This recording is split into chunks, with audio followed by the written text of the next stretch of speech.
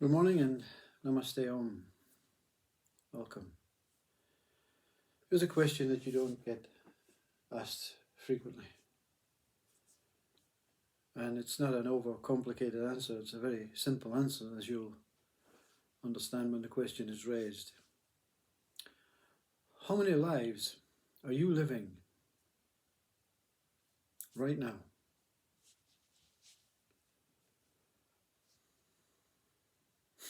One. One whole life. One whole life living right now.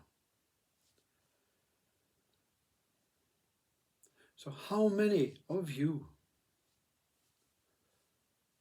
are living this life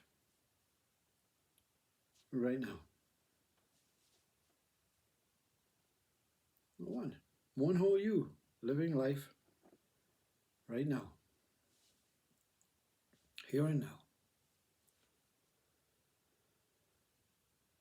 What's the purpose of the question? In your life, as whatever age your mind says you are,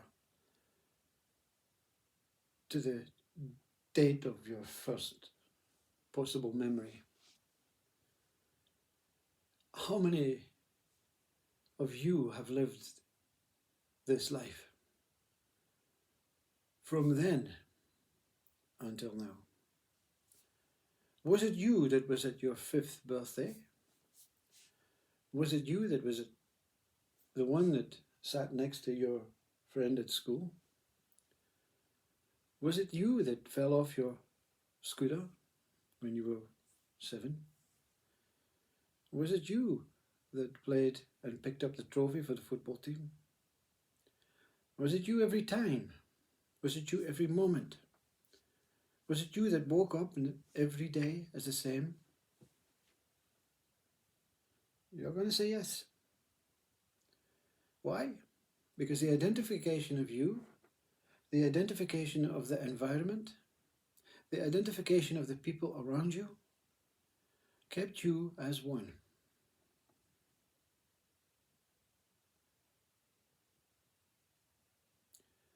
Your body has changed. You went through many lives, many life changes. Puberty, from a child to an adult, from an adult to a gentleman or a lady,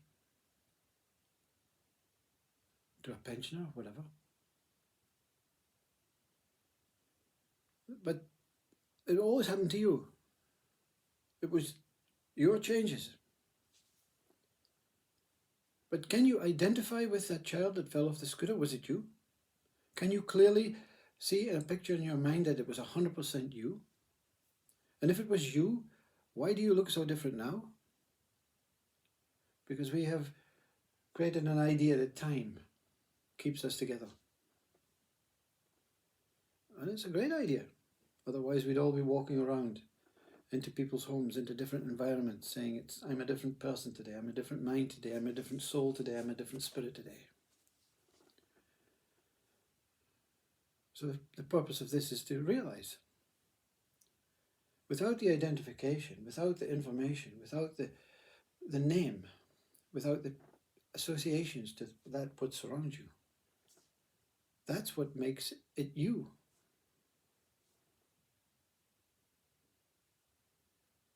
But right now, in the moment right now, there's no identification with a different you in different days, in different periods of your life, in different life changes, in different homes, in different schools, in different experiences. Right now, there's only you. In this present moment, there is no me, the person that went, because that's the mind.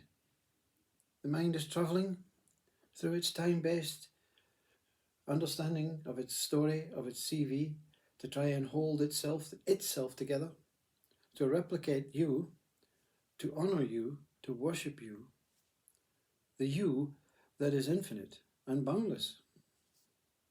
when it's here right now. Some call it the I am. There's no story when the I am appears. The story appears after the I am. I am a person, and I was 10 at one point, and I had 3 dogs, and their names was such and such. You're not here and now. You're not in this present moment. You're somewhere else in your story. It's the story that holds us together when we holds the mind together. You don't need to be held together. You're already one whole, colossal, encompassing love, encompassing consciousness. You're already that, you see? It's a story that holds the mind together. Because the mind, if it's broken, it gets paid off, you know, P45. God comes down and says, what the hell's going on? You're broken. Yeah, same as what you do. When you clean out the garage, you look and you say, well, what am I keeping this for? It's broken. It's in pieces. No, I don't need this. It's just taking up room. It's not valid. In the bin. Everything that's broken gets thrown out. Everything that's dissected gets thrown out. That's why we die as a body, because we are a dissected race.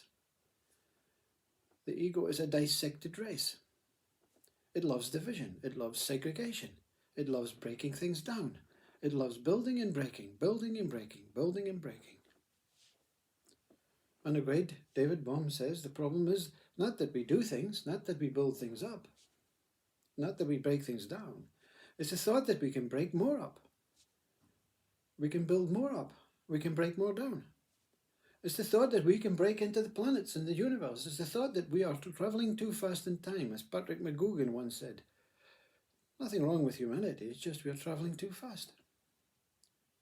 Consciousness is saying, hey, no, if you go away, if you run away from me, I'm not pulling you back. I can only pull you back so far. If you go over the cliff, I can't help you. Artificial intelligence, virtual reality, traveling into spaceships, building bunkers in the earth, knocking down rainforests, destroying the oceans, all breaking things down, breaking the ocean down, breaking the trees down, breaking the planet down, breaking the ozone layer, if you want to call it, down, breaking that stars down. And if you go too far, consciousness isn't going to break you down. And that's what's happening now, mental illness. Well, okay, I'm going to break up the mind like they wanted. I'm going to dissect their mind so that they're all speaking as if they're individuals. And to the extent that the individuality infuriates the one next to you, even the one that you love, the one that you've been one with, your partner, all your life, suddenly you're taking totally opposing states. That's a self-punishment. In the here and now, no problem. Consciousness loves the here and now. That's the core and the root of truth, of God, of Brahman, of Absolute, of Atman, of Shiva, of Christ, of Buddha, of Ram. That's the core of consciousness. That's what Rumi eloquently speaks about, this present moment, with no mind. You've not sold your mind to the devil. Okay, I'm in the here and now. I can't get out of the here and now. I can't get out of the here and now. I can't get out of the here and now. I'm in the here and now. Oh, wait a minute. I remember when I was 10. That's duality. Nothing wrong with duality. Non-duality, that's the here and now. That's the whole. That's you. That's consciousness. That's God. That's truth. In this present moment. No one can maintain it. No one can keep it because it's already there all the time. The mind wants to associate with it. It wants to bring it back. The mind is trying its hardest to fight against that ego because the ego is losing its battle. We don't want the ego to lose the whole battle. We want identifications to remain. We want a mind that can tell us a little story about our past and a little story about maybe a possible future. We want that. We can't cope without that. But to break it up into things that are just objects that are broken in the garage, my conscience will just say, right, clear the garage out. Out with a whole lot. They're all broken. All broken minds. I don't know if this makes any sense to you. It matters not.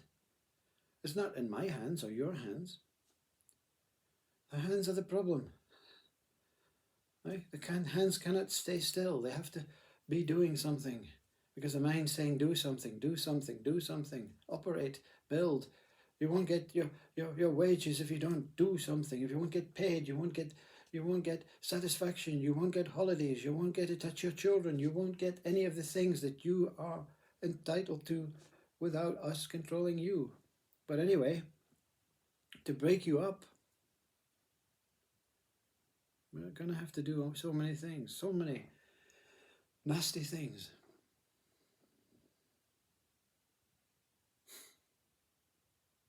Power is ego. Love is consciousness. Which one are you? Are you powerful or are you loving?